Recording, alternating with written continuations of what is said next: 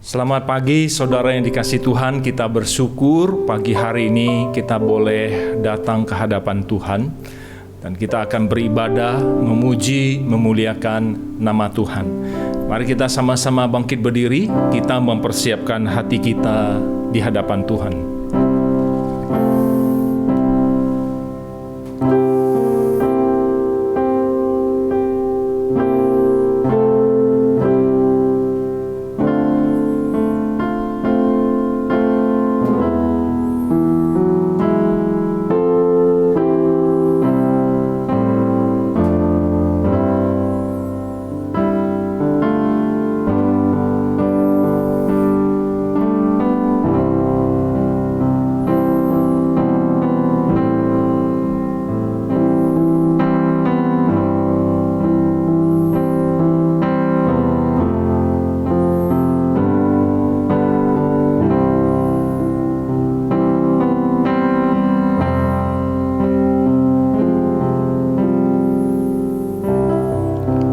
Pertolongan Engkau adalah di dalam nama Tuhan yang menciptakan langit dan bumi, yang kasih setianya kekal selama-lamanya dan yang tidak meninggalkan pekerjaan tangannya. Kasih karunia dari Allah Bapa dan dari Tuhan Yesus Kristus serta persekutuan Roh Kudus menyertai engkau. Amin. Bapak Ibu sekalian, mari kita mulai ibadah kita pada saat ini dengan mengingat kembali kasih, kebaikan, dan anugerah Tuhan bagi kita secara pribadi. Biarlah Roh Kudus memenuhi kita, memuaskan segala hasrat kita. Sungguh besar kasih Allah pada kita.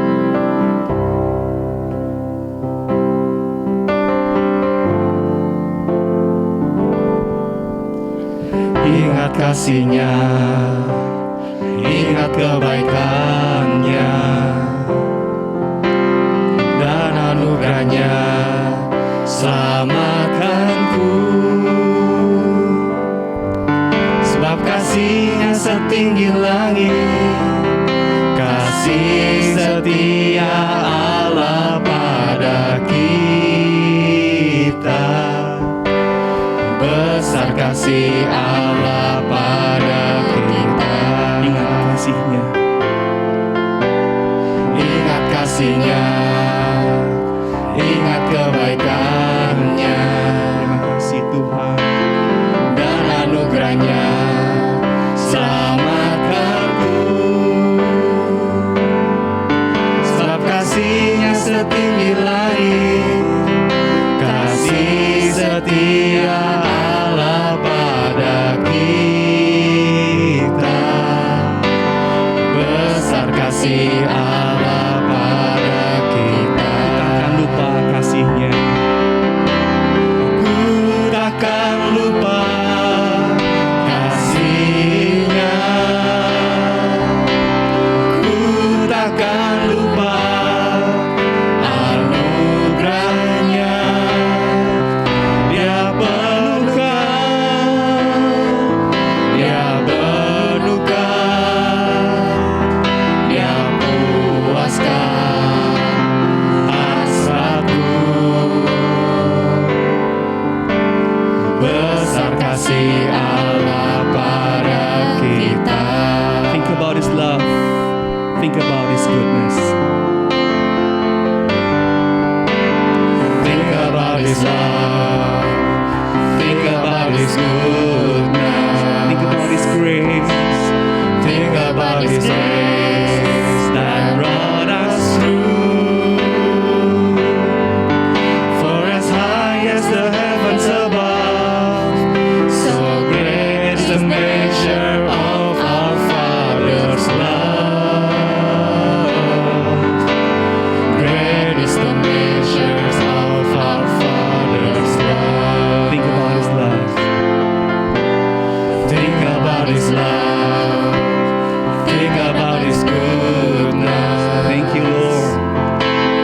Think about His grace that brought us through. For as high as the heavens above, so great is the measure of our Father's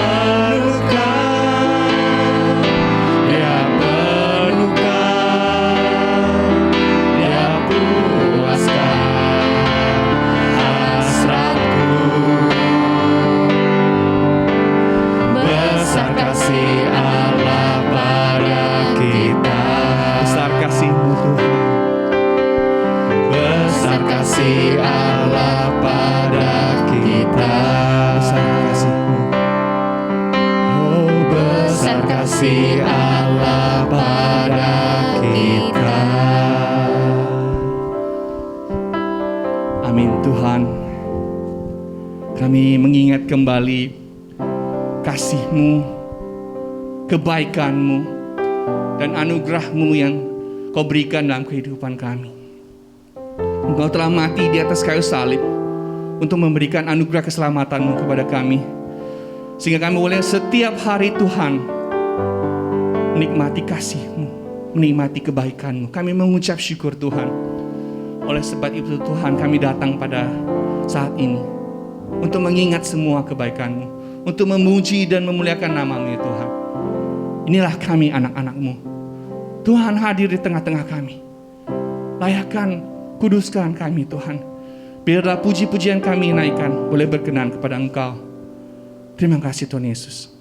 Terima kasih Tuhan Yesus. Sertailah ibadah kami ini dari awal pertengahan hingga akhirnya hanya di dalam tangan-Mu Tuhan. Hanya di dalam nama Yesus Kristus kami mengucap syukur. Amin. Sambil tetap berdiri, mari kita bersama-sama membacakan pengakuan iman rasuli. Aku percaya kepada Allah, Bapa yang Maha Kuasa, Khalik langit dan bumi, dan kepada Yesus Kristus anaknya yang tunggal Tuhan kita, yang dikandung dari Roh Kudus, lahir dari anak darah Maria, yang menderita sengsara di bawah pemerintahan Pontius Pilatus, disalibkan, mati dan dikuburkan, turun ke dalam kerajaan maut. Pada hari yang ketiga, bangkit pula dari antara orang mati, naik ke sorga, duduk sebelah kanan Allah, Bapa yang Maha Kuasa, dan dari sana Ia akan datang untuk menghakimi orang yang hidup dan yang mati.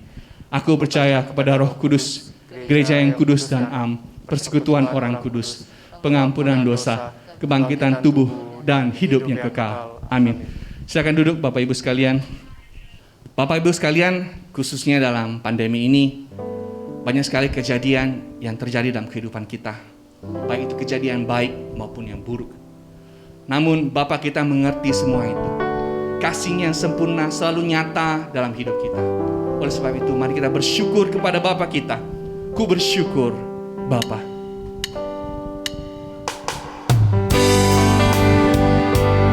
Kami mengucap syukur pada Engkau Tuhan atas segala kebaikan-Mu, atas rancangan indah-Mu dalam hidup kami Tuhan.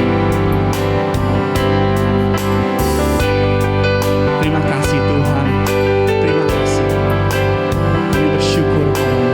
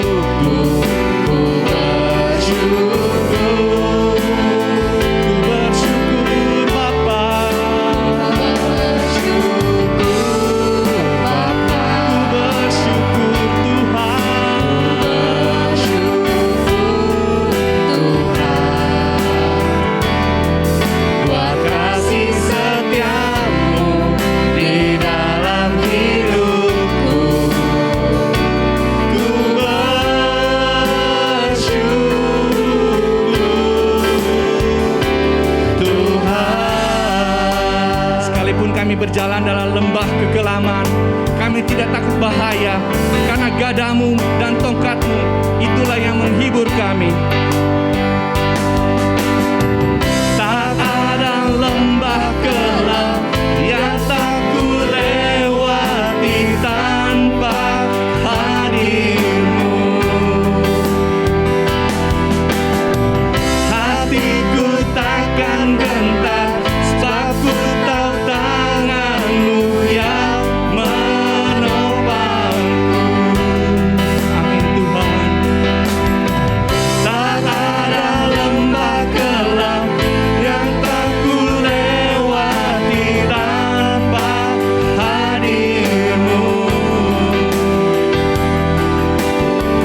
Hatiku takkan gentar, sebab ku tahu tanganmu yang menopangku.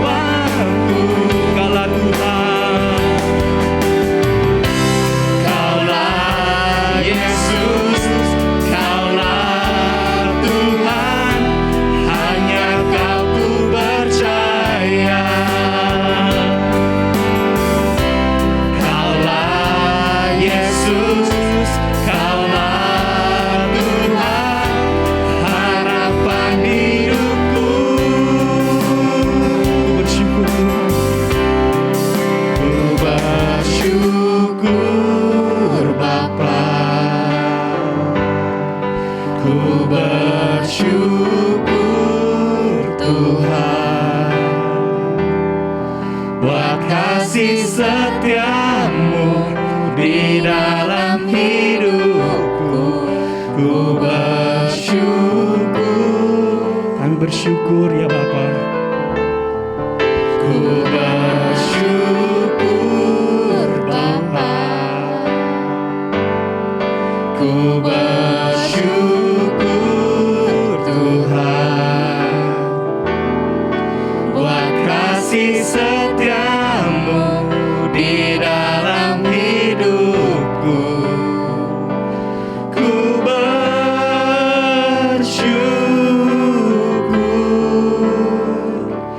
Tuhan. Terima kasih Tuhan Yesus. Kami bersyukur Tuhan atas segala kasih-Mu bagi kami. Amin.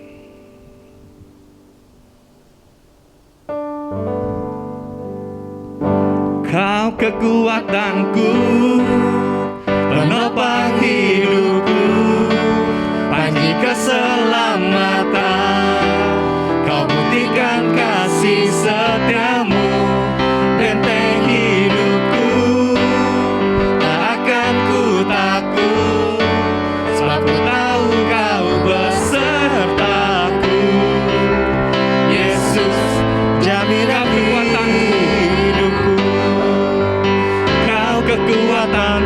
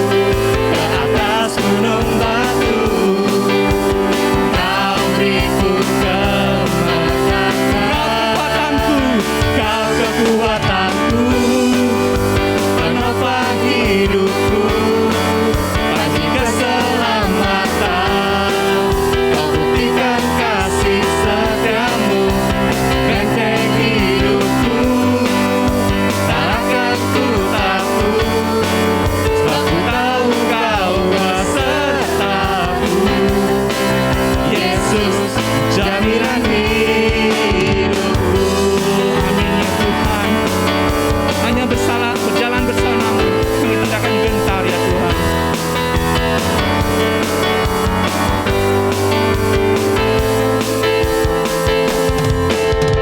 Berjalan bersamamu,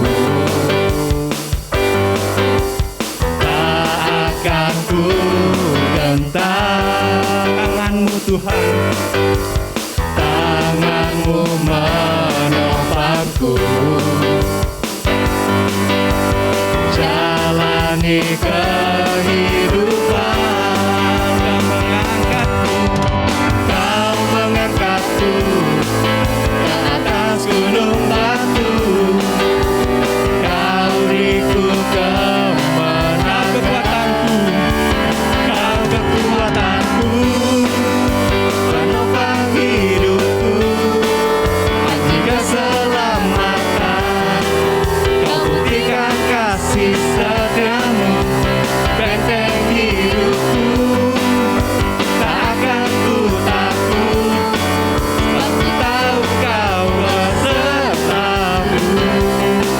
Yesus, jaminan hidupku.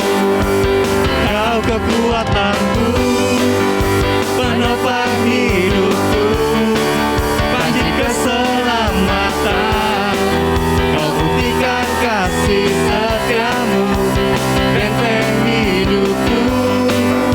Tak akan ku takut, sebab ku tahu Kau besertaku. Yesus, jaminan hidupku. Yesus, Yesus, jaminan hidupku. Yesus jaminan hidup. Yesus, jaminan hidupku. Amin Tuhan, Engkaulah jaminan dalam kehidupan kami. Terpujilah namamu. Bapak Ibu sekalian, sambil kita mempersiapkan hati kita untuk mendengarkan firman Tuhan. Sejak kejatuhan manusia pertama, yaitu Adam dan Hawa, Allah sudah menyediakan jalan penebusan dan keselamatan bagi kita. Hanya melalui pengorbanan Yesus di atas salib yang hina itu, kita bisa kembali lagi pada Bapa kita di sorga. Mari kita tinggikan salibnya. Di bukit Golgota tampaklah salibnya, tanda hina derita. Engkau anak Allah. Yesus anak Allah, besarlah kasih-Nya, rela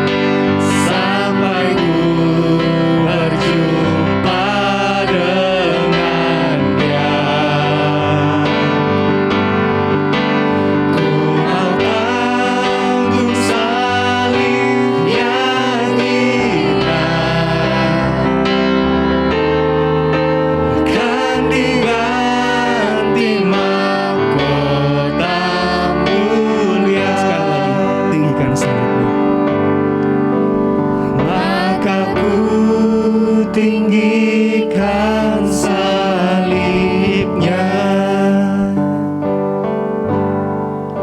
sampai ku berjumpa dengannya. Ya Tuhan. Ku mau tanggung salib yang hina, kan diganti mahkota mulia. Amin. Terima kasih Tuhan. Sebentar lagi kita akan mendengarkan firman Tuhan dari Pendeta James. Saudara yang dikasihi Tuhan, kita bersyukur hari ini kita boleh mendengarkan sebagian dari firman Tuhan. Sebelum kita mendengarkan firman Tuhan, mari terlebih dahulu kita mohon pencerahan Tuhan, supaya Tuhan yang membuat kita itu boleh mengerti akan firman Tuhan. Mari kita tundukkan kepala kita berdoa di hadapan Tuhan. Bapa di surga, kami bersyukur Tuhan pada pagi hari ini kami boleh datang ke hadapan Tuhan. Kami boleh memuji, memuliakan nama-Mu, dan kami boleh mendengarkan sebagian dari firman-Mu. Kiranya Engkau yang menolong hamba-Mu dengan segala kekurangannya, Engkaulah yang memakainya. Engkau yang sudah memberikan firman-Nya kepadanya, Engkau juga yang akan membantu dia untuk bisa menyampaikan firman-Mu ini dari awal sampai akhir, dan biarlah Engkau saja yang memberikan berkat kepada semua jemaat-Mu yang mendengarkan firman-Mu. Terima kasih Tuhan, inilah yang menjadi doa kami. Di dalam nama Tuhan Yesus kami sudah berdoa dan mengucap syukur. Amin. Saudara yang dikasihi Tuhan, kita tentu akrab sekali dengan kata gagal, ya. Saudara, kalau kita ditanya ya, tahu nggak gagal? Tahu. Tapi apa artinya? Kadang-kadang kita menjadi bingung ya, apa artinya ya. Saudara, gagal itu adalah tidak berhasil di dalam mencapai atau melakukan sesuatu. Saudara yang dikasihi Tuhan, di dalam kehidupan manusia, kegagalan itu pasti ada, sebab kegagalan adalah fase dari kehidupan manusia yang tidak bisa dihilangkan atau tidak bisa dihindari. Jadi setiap manusia pasti pernah mengalami yang namanya kegagalan. Tidak ada manusia yang tidak pernah mengalami kegagalan. Hanya Tuhan Yesus saja, satu manusia yang pernah hidup di dunia ini yang tidak pernah mengalami kegagalan. Karena memang Tuhan Yesus tidak diperanakkan di dalam daging. Jadi setiap kita, saudara dan saya, yang diperanakkan di dalam daging dan sudah tercemar oleh dosa Adam dan Hawa, saudara dan saya pasti akan mengalami yang namanya kegagalan. Saudara yang dikasihi Tuhan, sebab kegagalan itu pertama sekali lahir dari Adam dan Hawa. Saudara, mungkin kita bertanya, apa yang menjadi kegagalan Adam dan Hawa? Saudara, Adam dan Hawa gagal di dalam mentaati firman Tuhan. Firman Tuhan yang mana? Saudara, mari kita baca Kejadian pasal 2 ayat 16 sampai 17. Lalu Tuhan Allah memberi perintah ini kepada manusia, yaitu Adam. Semua pohon dalam taman ini boleh kau makan buahnya dengan bebas, tetapi pohon pengetahuan tentang yang baik dan yang jahat itu, janganlah kau makan buahnya, sebab pada hari engkau memakannya, pastilah engkau mati. Saudara, Kejadian 2 ayat 16 dan 17 ini adalah perintah Tuhan buat Adam. Karena pada waktu itu Hawa belum diciptakan. Jadi perintah Tuhan itu langsung kepada Adam. Lalu kemudian setelah Hawa diciptakan, Adam dan Hawa gagal melakukan perintah ini. Dan mari kita lihat kegagalan Adam dan Hawa melakukan perintah Tuhan ini di dalam Kejadian pasal 3 ayat 1 sampai 6. Adapun ular ialah yang paling cerdik dari segala binatang di darat yang dijadikan oleh Tuhan. Ular itu berkata kepada perempuan itu, "Tentulah Allah berfirman, semua pohon dalam taman ini jangan kau makan buahnya, bukan?" Lalu sahut perempuan itu kepada ular itu, "Buah pohon-pohonan dalam taman ini boleh kami makan, tetapi tentang buah pohon yang ada di tengah-tengah taman, Allah berfirman, jangan kamu makan ataupun raba buah itu, nanti kamu mati." Tetapi ular itu berkata kepada perempuan itu, "Sekali-kali kamu tidak akan mati, tetapi Allah mengetahui bahwa pada waktu kamu memakannya, matamu akan terbuka, dan kamu akan menjadi seperti Allah, tahu tentang yang baik dan yang jahat." Perempuan itu melihat bahwa buah pohon itu baik untuk dimakan dan sedap kelihatannya. Lagi pula pohon itu menarik hati karena memberi pengertian. Lalu ia mengambil dari buahnya dan dimakannya. Dan diberikannya juga kepada suaminya yang bersama-sama dengan dia, dan suaminya pun memakannya. Saudara yang dikasihi Tuhan, yang kita baca itu adalah kegagalan Adam dan Hawa mentaati firman Tuhan. Saudara, kalau kita lihat tadi yang kita baca itu dari ayat pertama sampai ayat ke-6, apakah saudara merasa bahwa perintah Tuhan itu memang sulit untuk ditaati Adam dan Hawa? Saudara, kalau kita melihat sungguh-sungguh sebenarnya perintah Tuhan itu tidak sulit untuk ditaati Adam dan Hawa. Mengapa, saudara?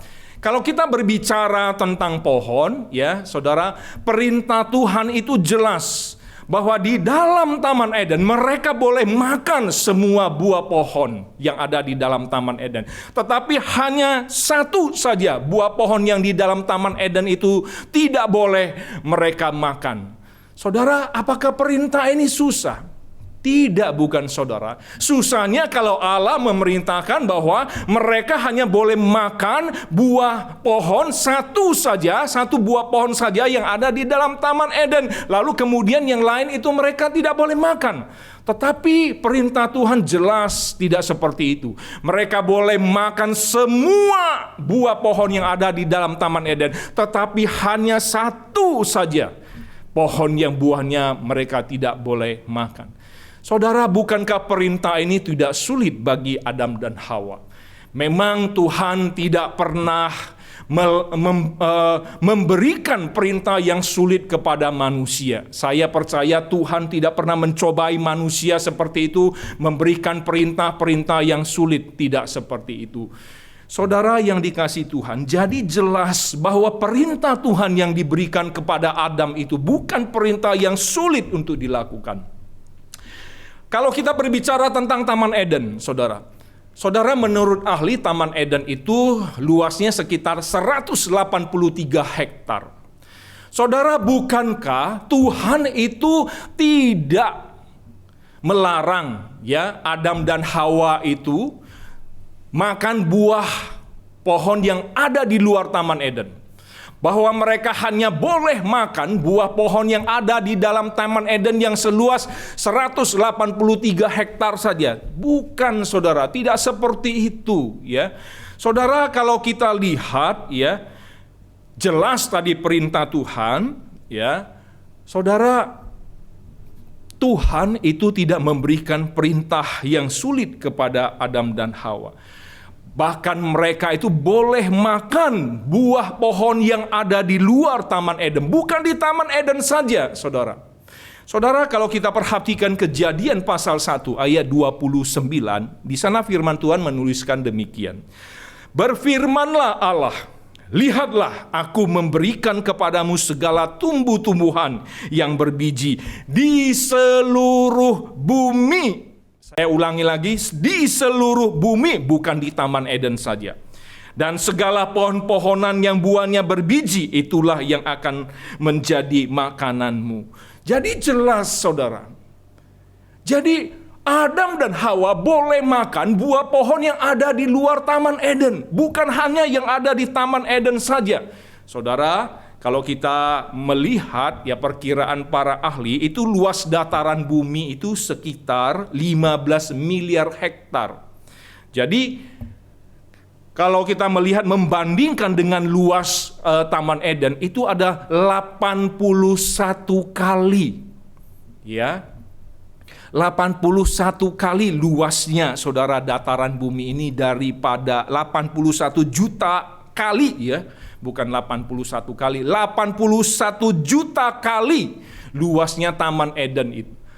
Dataran bumi dibandingkan dengan Taman Eden itu.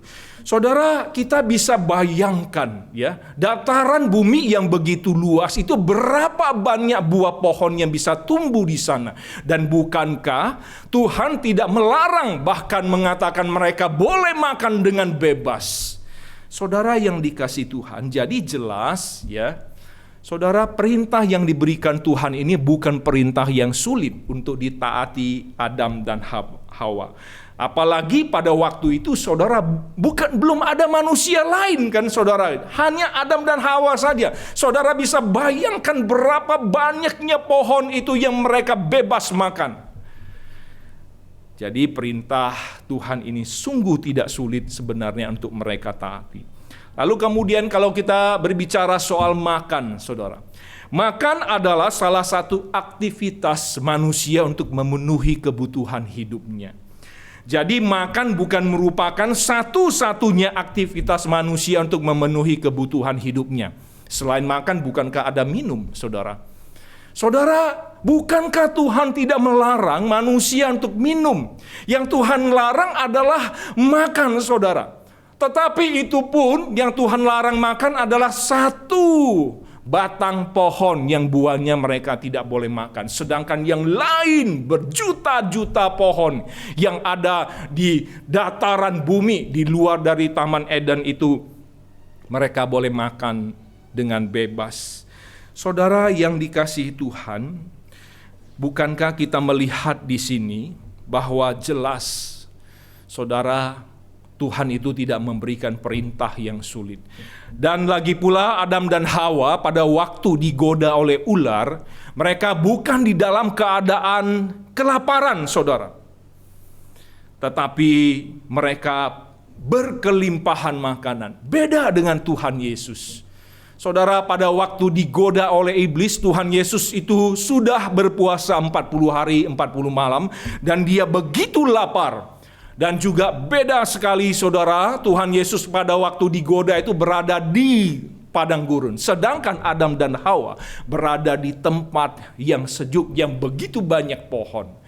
Jadi jelas kalau kita mau katakan sekali lagi, perintah yang Tuhan berikan kepada Adam dan Hawa bukanlah perintah yang sulit untuk mereka taati, saudara yang dikasihi Tuhan. Kemudian kalau kita berbicara soal perintah Tuhan, saudara, bukankah perintah Tuhan yang Tuhan berikan kepada Adam dan Hawa itu cuma satu perintah? Tidak lebih dari satu, bukan 2, 3, atau 10 atau lebih, saudara. Satu perintah Tuhan saja. Dan kalau kita perhatikan perintah Tuhan itu di dalam Kejadian 2, 16 dan 17 tadi, bukankah perintah yang sudah satu itu begitu jelas juga, saudara ya? Jadi sudah satu, jelas sekali untuk dimengerti, saudara. Jadi sebenarnya tidaklah sulit bagi Adam dan Hawa untuk mentaati firman Tuhan itu. Saudara yang dikasihi Tuhan, namun ya, perintah Tuhan yang tidak sulit itu gagal ditaati oleh Adam dan Hawa. Dan kegagalan Adam dan Hawa ini merupakan satu kegagalan yang terbesar, saudara, sepanjang sejarah umat manusia.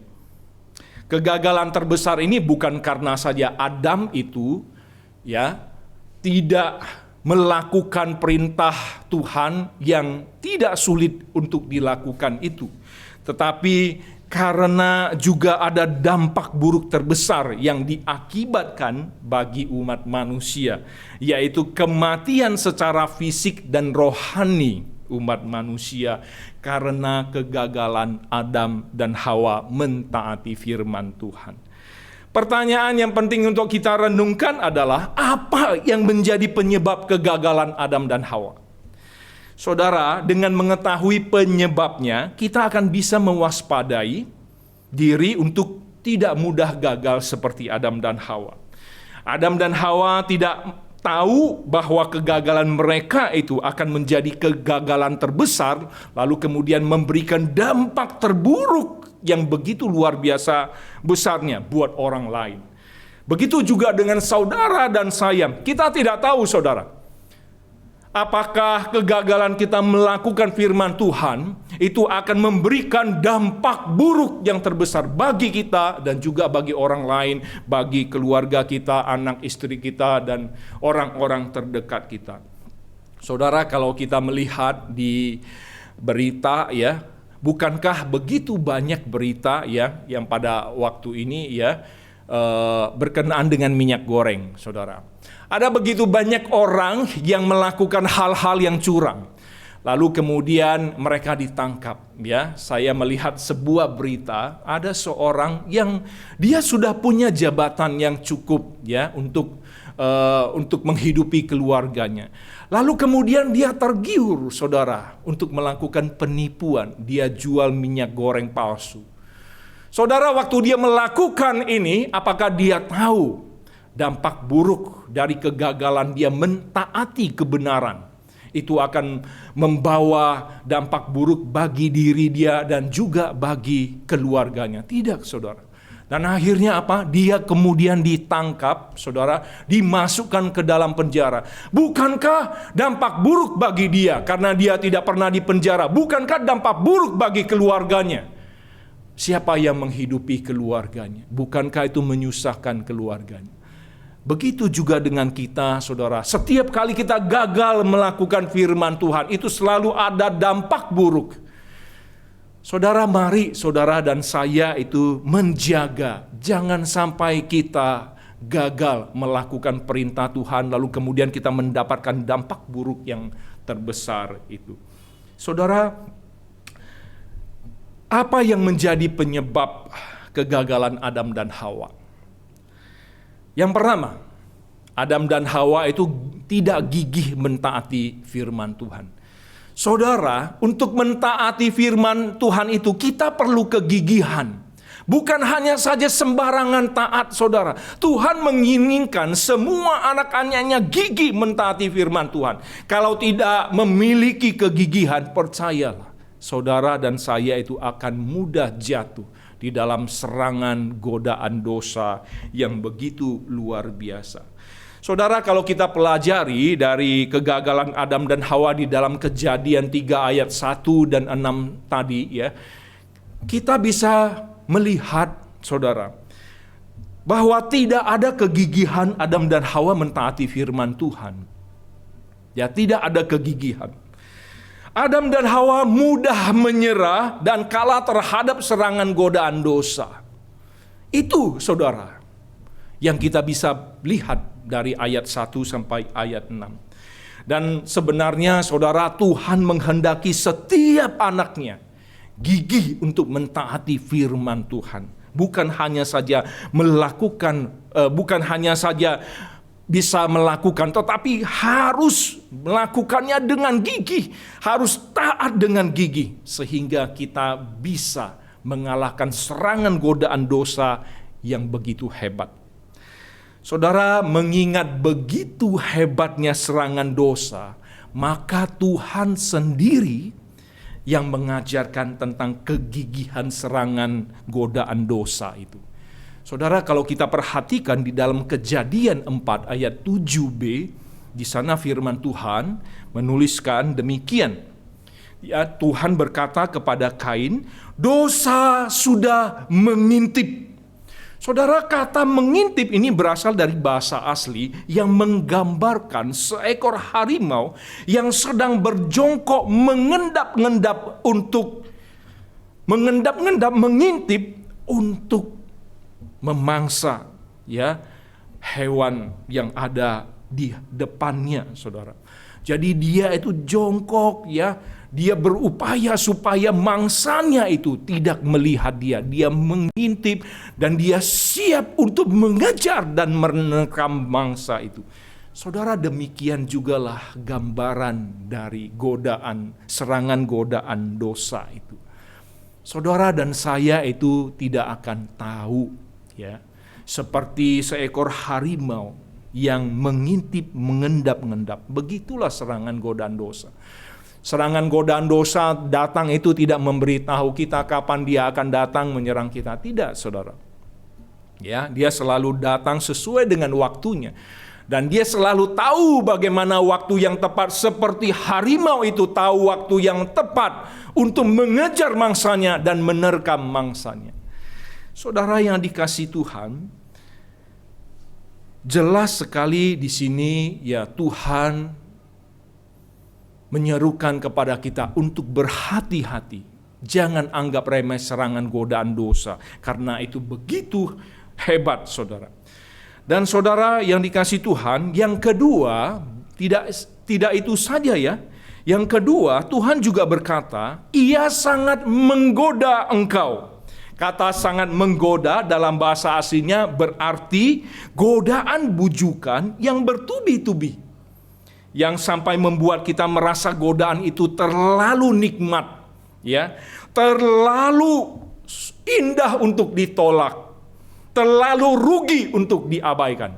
Saudara, bukankah seperti itu? Setiap sekali serangan godaan dosa itu datang kepada kita, serangan godaan dosa itu akan membuat kita apa?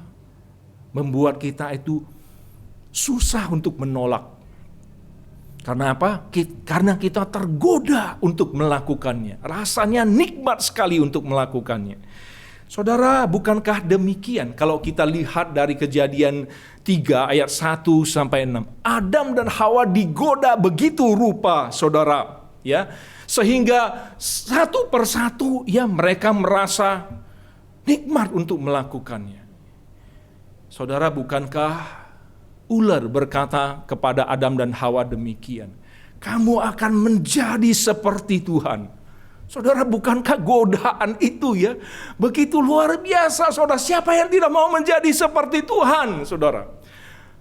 Jadi seperti itulah serangan godaan dosa. Jadi ia menarik kita, saudara.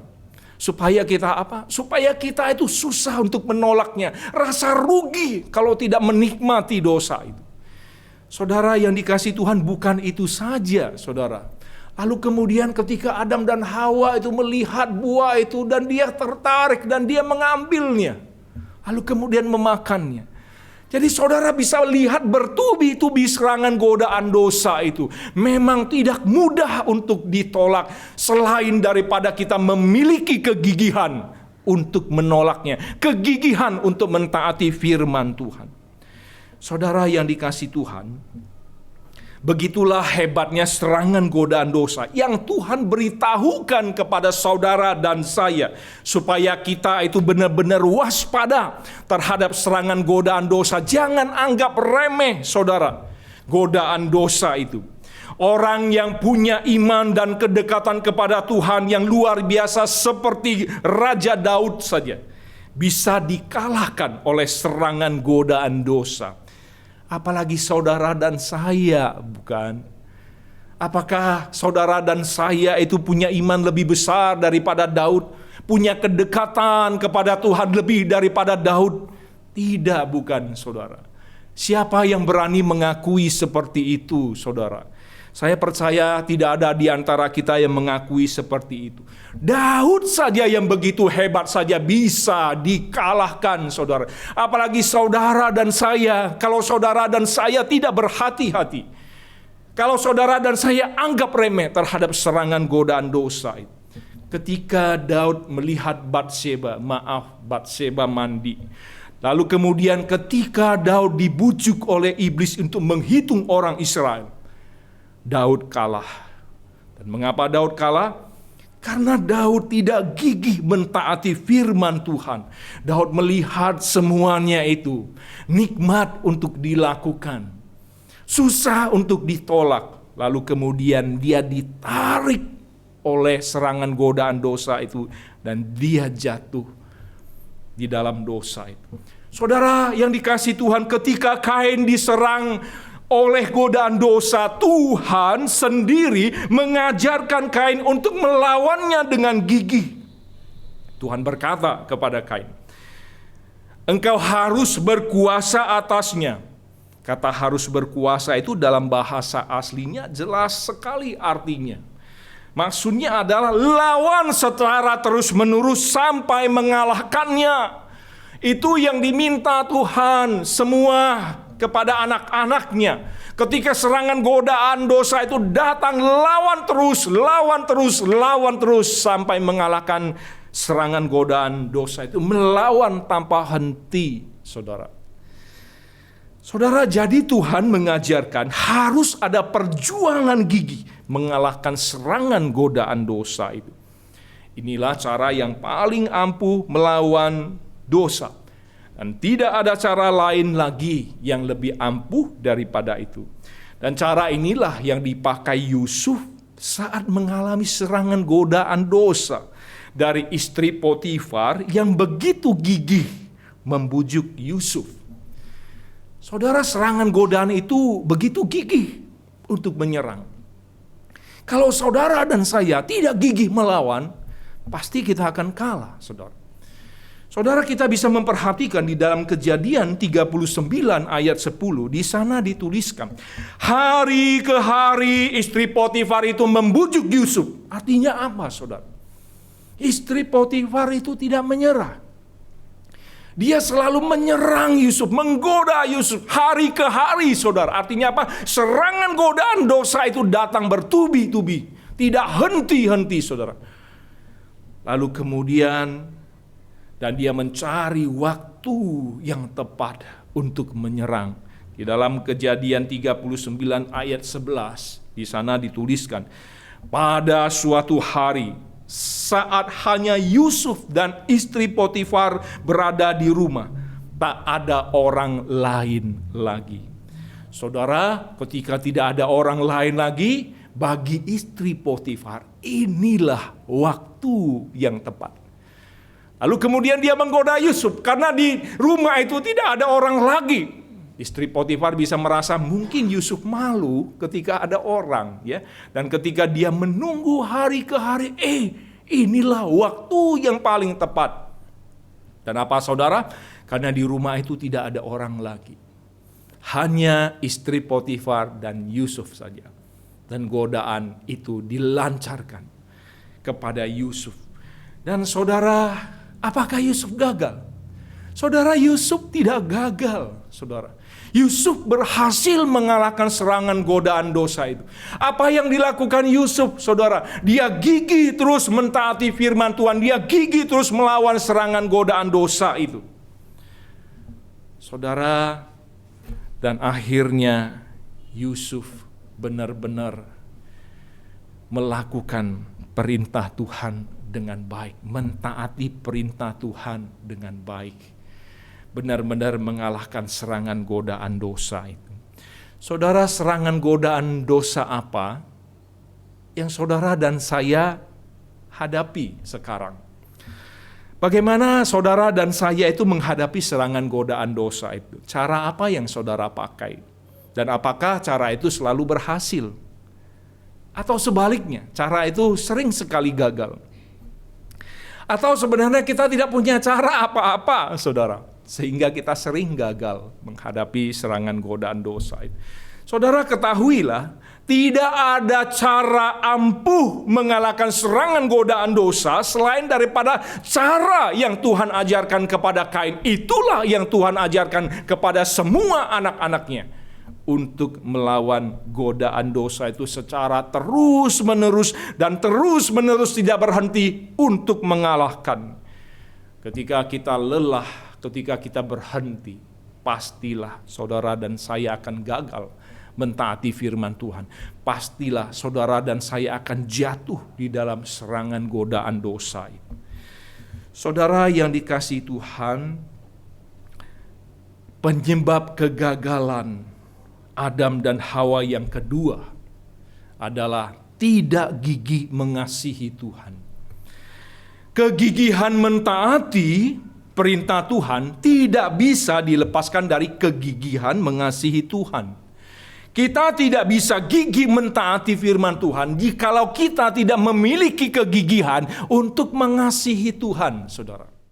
Saudara yang dikasihi Tuhan, ketika Tuhan menginginkan manusia mengasihi Dia, Tuhan menginginkan manusia itu bukan hanya sembarangan mengasihi Dia, asal saja mengasihi Dia itu sudah cukup. Tidak seperti itu, saudara. Yang Tuhan inginkan adalah mengasihi Dia lebih daripada apapun dan siapapun. Mengasihi Tuhan itu lebih daripada segala sesuatu. Saudara yang dikasihi Tuhan, itulah yang Tuhan inginkan. Kita harus memiliki kegigihan mengasihi Tuhan di atas segala sesuatunya. Kasih yang seperti ini menuntut kegigihan, saudara. Sebab manusia sering lebih mengasihi sesuatu yang terlihat daripada Tuhan yang tidak terlihat. Begitu juga dengan Adam dan Hawa. Jika kita pelajari kegagalan Adam dan Hawa di dalam Kejadian 3:1-6 tadi, maka kita bisa mendapati bahwa sebenarnya Adam dan Hawa tidak memiliki kegigihan mengasihi Tuhan. Adam dan Hawa itu tidak memiliki kekerasan hati untuk mengasihi Tuhan lebih daripada segala sesuatu yang mereka lihat. Khususnya pasangan mereka sendiri, saudara. Saudara, setelah Hawa diciptakan, bukankah Adam berkata seperti ini? Inilah dia, tulang dari tulangku dan daging dari dagingku. Kejadian 2 ayat 23. Perkataan ini mengindikasikan bahwa Adam itu begitu bahagia ketika Hawa diciptakan. Ketika Hawa diciptakan, inilah makhluk yang sepadan dengan dia. Dan tidak ada makhluk yang sepadan dia dengan Adam pada waktu itu selain daripada Hawa. Dan Hawa juga diciptakan dari bagiannya Adam. Saudara, saya percaya Adam begitu berbahagia mendapatkan Hawa. Dan Adam begitu mengasihi Hawa. Saudara yang dikasihi Tuhan, saya percaya semakin hari kasih Adam kepada Hawa itu dan terus bertumbuh dan terus bertumbuh. Kasih Adam dan Hawa itu sudah memiliki satu ikatan yang kuat dan semakin kuat. Dan Adam tidak sadar kasihnya kepada Hawa sudah melebihi kasihnya kepada Tuhan. Begitu juga saya percaya dengan Hawa. Ketika Hawa diciptakan, dia melihat Adam dan dia melihat sekitarnya tidak ada yang sepadan dengan dia selain daripada Adam. Dia pasti mengasihi Adam sama seperti Adam mengasihi dia. Dan semakin hari Hawa mengasihi Adam lebih besar dan lebih dalam. Dan ada ikatan yang begitu luar biasa antara kasih Adam dan kasih Hawa, kasih mereka berdua. Saudara, kita bisa bayangkan romantisme Adam dan Hawa, ya. Saudara, saya bayangkan ya pada waktu itu ketika hujan, saudara ya, Adam dan Hawa itu berteduh di sebuah pohon, ya, pohon yang rindang gitu. Mungkin ya pada waktu itu dinginnya udara hujan, ya. Itu tidak terasa bagi mereka berdua. Karena apa? Ada kehangatan cinta kasih mereka yang menghangatkan mereka.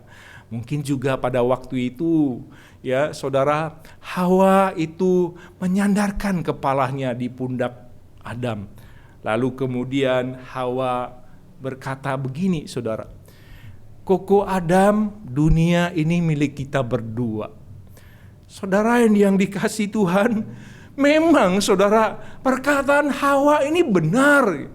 Karena memang pada waktu itu belum ada manusia yang lain, cuman mereka berdua. Jadi kalau saya pikir-pikir, pasangan yang paling layak mengatakan bahwa dunia ini milik kita berdua adalah pasangan Adam dan Hawa. Saudara yang dikasihi Tuhan, saya membayangkan tidak ada manusia yang lain, begitu romantisnya mereka melalui hari demi hari, saudara yang dikasihi Tuhan. Saudara, Adam dan Hawa mungkin sering menikmati indahnya sunset ya, ketika matahari terbenam gitu ya.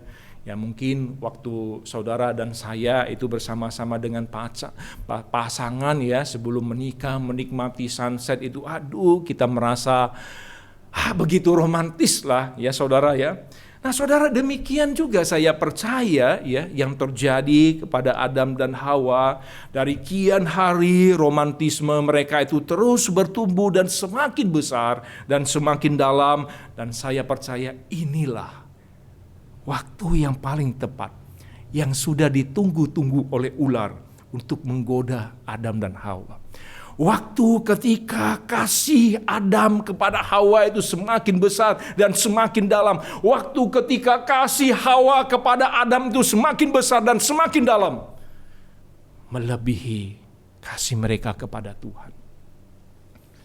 Oleh sebab itu si ular datang menggoda mereka, melancarkan serangan godaan dosa. Saudara, memang godaan dari ular itu terdengar indah sekali. Siapa tidak mau menjadi seperti Tuhan, saudara?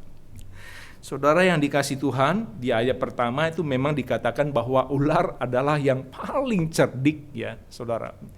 Saudara, kita bisa melihat bagaimana perkataan ular menggoda mereka. Di ayat pertama, ular berkata, bukankah semua pohon di dalam Taman Eden ini kamu tidak boleh makan? Saudara, kalau kita perhatikan perintah Tuhan tidak seperti itu. Bukankah ini sudah dibalik oleh ular? Perintah Tuhan jelas bahwa semua buah pohon yang ada di dalam Taman Eden itu mereka boleh makan. Hanya satu saja yang mereka tidak boleh makan. Dan lalu kemudian saudara, baiknya ya ketika Hawa menjawab dari perkataan ular itu, Hawa itu tidak salah ya, tidak seluruhnya salah. Dia berkata, loh, perintah Tuhan itu semua pohon boleh kami makan, cuman satu pohon saja yang kami tidak boleh makan. Ya, benar ya saudara ya. Tetapi kalau kita melihat lagi ya perkataan Hawa ya, dan dia berkata bahwa Tuhan mengatakan tidak boleh rabah buah itu.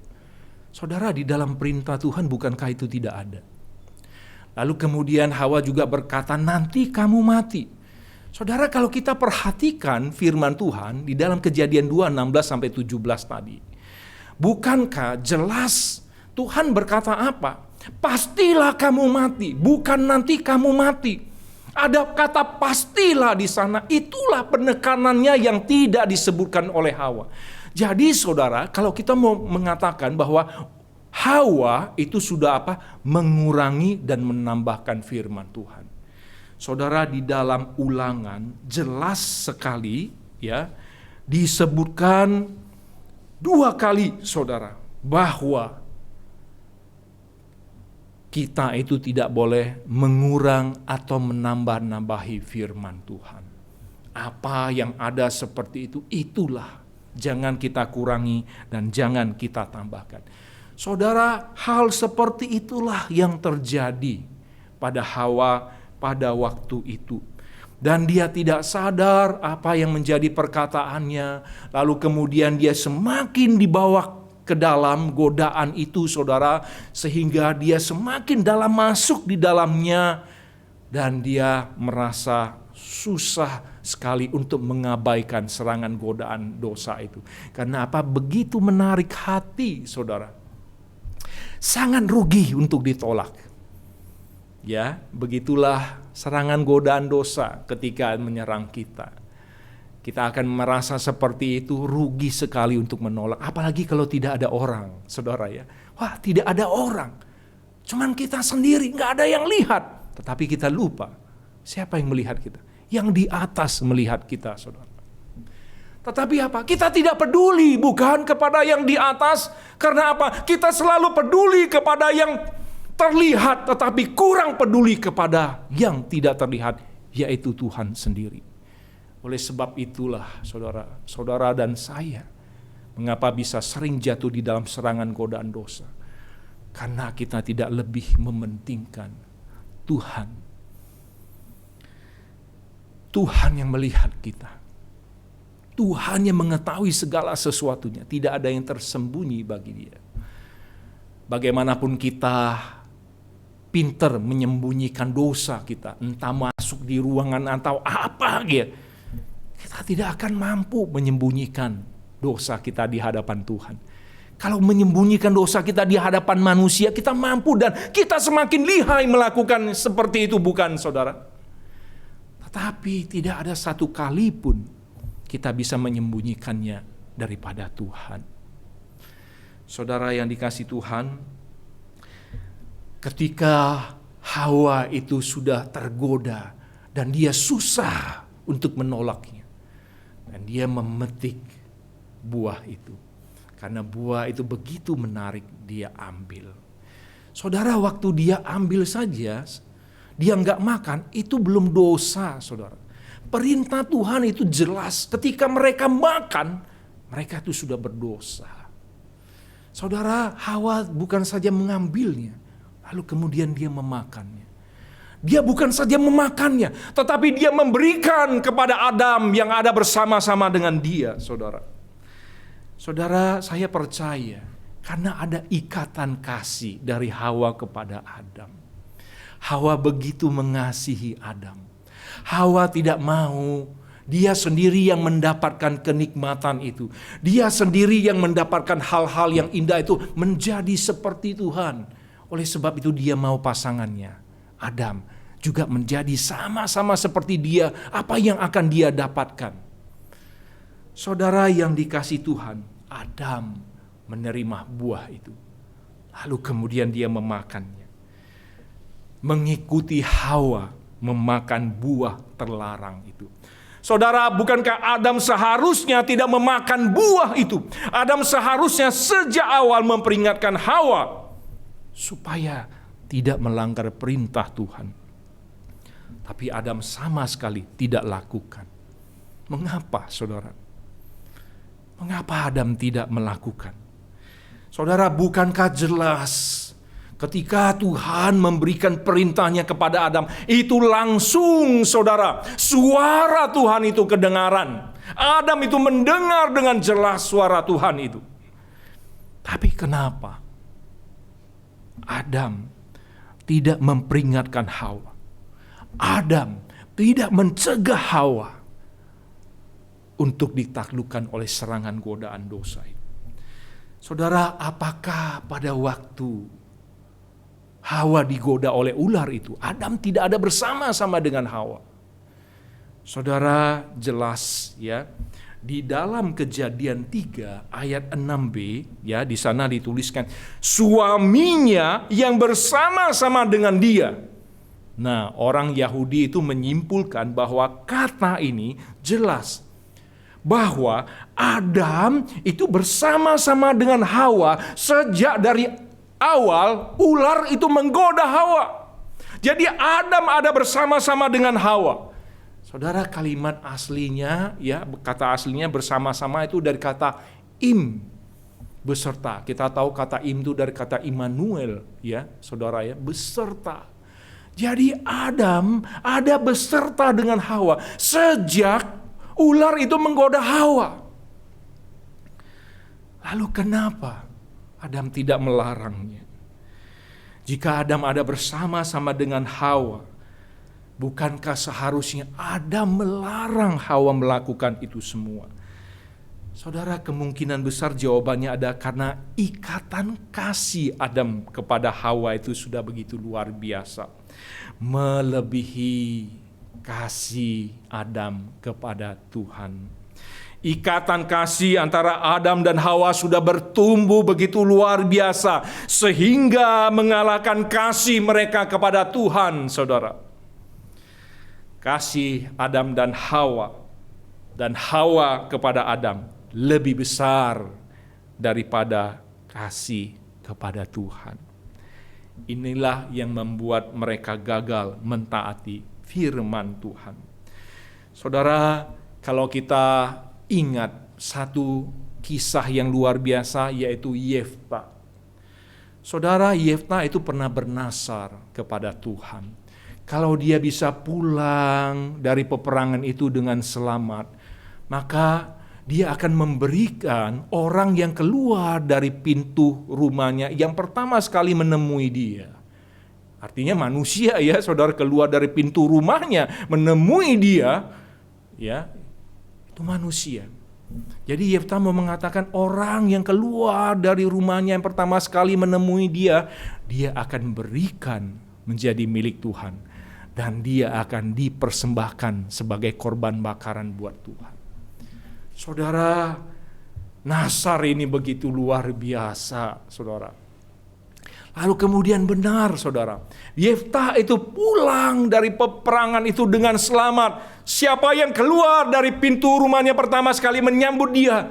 Anak perempuannya, saudara. Bermain rebana begitu senang melihat papanya pulang. Lalu kemudian menyambut papanya. Ketika Yefta melihat anak perempuannya keluar dari pintu rumahnya pertama sekali menyambut dia, dia begitu sedih, bukan senang, saudara. Kenapa? Dia harus menepati nasarnya. Dia harus menepatinya semua, saudara. Lalu kemudian, saudara, apakah Yefta menepatinya? Saudara, anak perempuan ini adalah anak satu-satunya Yefta. Saudara bisa bayangkan bagaimana. Tapi Yefta dengan kegigihannya yang sudah bernasar kepada Tuhan, dan dia memberikan anak perempuannya untuk menjadi milik Tuhan, melayani Tuhan seumur hidupnya tidak menikah. Hanya saja Yefta tidak memberikannya kepada Tuhan sebagai korban bakaran, sebab Yefta tahu Tuhan tidak pernah menghendaki korban bakaran manusia. Saudara yang dikasihi Tuhan, mengapa Yefta bisa begitu gigih melakukan nasarnya? Karena Yefta itu mengasihi Tuhan lebih daripada dia mengasihi anaknya. Saya percaya Yefta mengasihi Tuhan lebih daripada apapun yang dikasihi, lebih daripada siapapun yang dikasihinya. Oleh sebab itu dia bisa melakukan nasarnya. Saudara yang dikasihi Tuhan, inilah yang harus saudara dan saya pelajari. Kita harus memiliki kegigihan mengasihi Tuhan. Kasih kepada Tuhan lebih besar dari segalanya merupakan kunci untuk bisa mentaati perintah Tuhan. Jika saudara dan saya tidak bisa mengasihi Tuhan lebih daripada segalanya, maka saudara dan saya akan gagal mentaati firman Tuhan. Yusuf bisa berhasil karena Yusuf gigih mengasihi Tuhan. Bukan hanya saja gigih mentaati firman Tuhan, tetapi Yusuf gigih mengasihi Tuhan lebih daripada apapun dan siapapun. Saudara, saya ingat waktu saya usia 20-an tahun. Saya memiliki seorang sahabat dekat wanita, ya boleh dikatakan seorang pacar, saudara. Tetapi dia itu boleh dikatakan bukan merupakan pasangan yang tepat, karena dia bukan seiman dengan saya, saudara. Lalu papa saya menasehati saya, James, ingat temanmu ini tidak seiman. Bagaimana kamu bisa bersama-sama dengan dia kalau tidak seiman? Saudara, saya punya kegigihan, saudara ya. Ketika papa saya mengatakan seperti itu, saya punya kegigihan. Tapi kegigihan saya bukan kegigihan yang benar gitu ya. Saya mengatakan, Pak, saya ini laki-laki, dia itu perempuan. Kalau dia menikah dengan saya, bukankah dia harus ikut saya? Bukan saya ikut dia. Bukankah nanti saya bisa bawa dia percaya kepada Tuhan? Dan saudara, hari demi hari, ketika kasih saya sudah lebih besar, sudah lebih dalam kepadanya, semakin besar dan semakin dalam, saya tidak sadar kasih saya kepada dia melebihi kasih saya kepada Tuhan. Dan akhirnya saudara, apa yang terjadi? Saya akhirnya jauh dari Tuhan. Saya akhirnya jarang ke gereja. Tapi saya bersyukur saudara. Ternyata kasih Tuhan itu bergigih kepada saya. Kasih setia Tuhan itu tidak pernah berubah kepada saya. Walaupun saya melakukan hal yang sudah tidak terpuji, hal yang tidak menyenangkan Tuhan, tetapi kegigihan kasih Tuhan kepada saya tidak pernah berubah. Lalu kemudian akhirnya suatu saat, dengan kekuatan Tuhan, bukan kekuatan saya, akhirnya saya berpisah dengan teman wanita saya itu. Dan saya bersyukur saya bisa kembali lagi kepada Tuhan. Saudara, itulah saya merasakan ketika saya begitu gigih mengasihi Dia lebih daripada Tuhan, bukan gigih mengasihi Tuhan, saya gagal mentaati firman Tuhan. Saudara yang dikasihi Tuhan, biarlah kita semua boleh menjadi gigih mentaati firman Tuhan dengan gigih mengasihi Tuhan. Karena tanpa kegigihan mengasihi Tuhan, kita tidak akan memiliki kegigihan mentaati firman Tuhan. Kita pasti akan gagal mentaati firman Tuhan, perintah Tuhan. Jangan ulangi kegagalan Adam dan Hawa. Sebab kita tidak tahu seberapa besar dampak buruk yang akan terjadi kalau kita melakukan hal yang tidak berkenan di hadapan Tuhan, hal yang tidak sama dengan yang diperintahkan oleh Tuhan. Bisa saja saudara akan mendapatkan satu dampak buruk yang begitu besar. Bisa saja orang yang saudara kasihi, keluarga saudara, anak istri saudara, mungkin orang tua saudara, dan orang-orang lain terdekat saudara mendapatkan dampak buruk yang terbesar. Oleh sebab itu, supaya itu tidak terjadi di dalam kehidupan kita, mari saudara dan saya gigih mentaati firman Tuhan.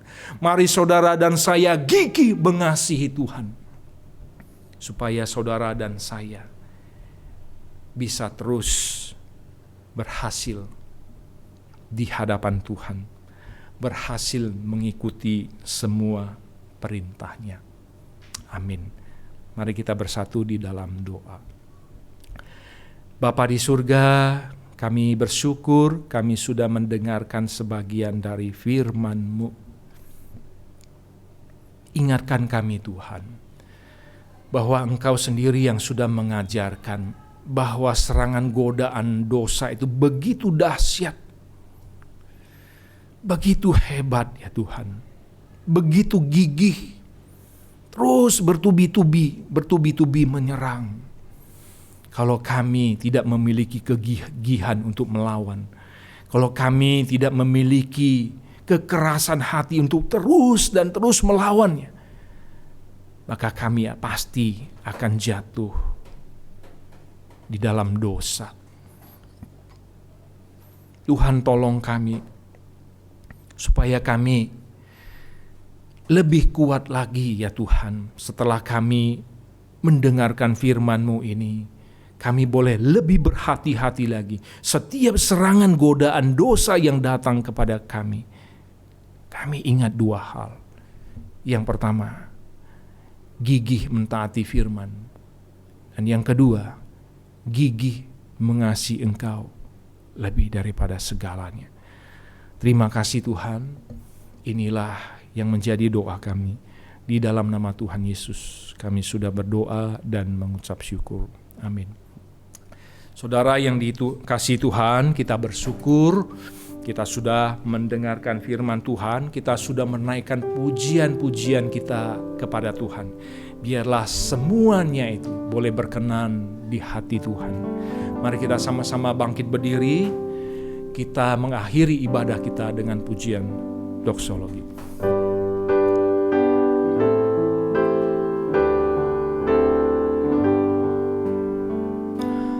Puji Allah Bapa Putra, puji Allah Rohul Kudus, ketiganya yang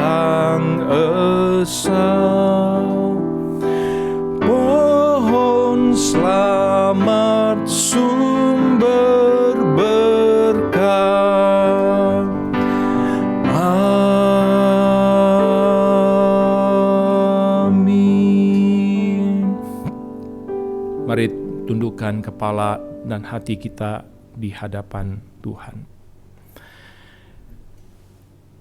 Tuhan Allah memberkati engkau dan Tuhan Allah melindungi engkau.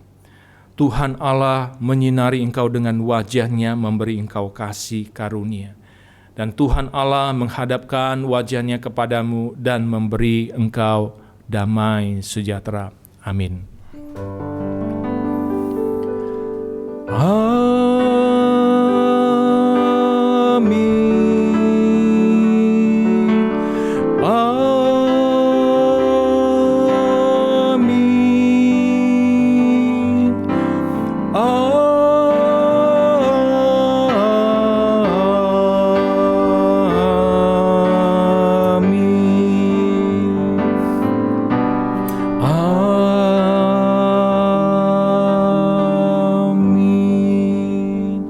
Silakan duduk, saudara. Kita ambil waktu teduh di hadapan Tuhan.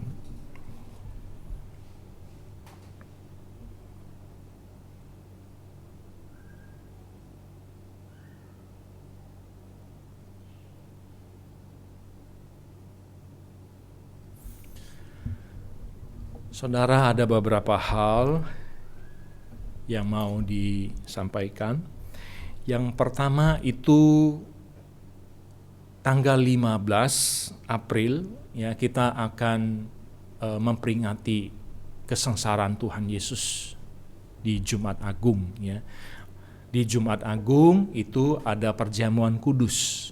Mari saudara dan saya itu mempersiapkan diri sebaik-baiknya untuk menerima perjamuan kudus. Lalu kemudian persembahan renovasi sampai hari ini terkumpul sebesar 173.500.000 rupiah. Mari kita sama-sama mendukung renovasi gereja kita dengan semua yang sudah Tuhan percayakan kepada kita, sehingga renovasi gereja kita ini boleh mendatangkan kemuliaan bagi nama Tuhan dan boleh membuat semua ibadah itu boleh berjalan lebih baik daripada sebelumnya. Demikian yang saya bisa sampaikan. Tuhan Yesus memberkati kita semua. Selamat berhari Minggu.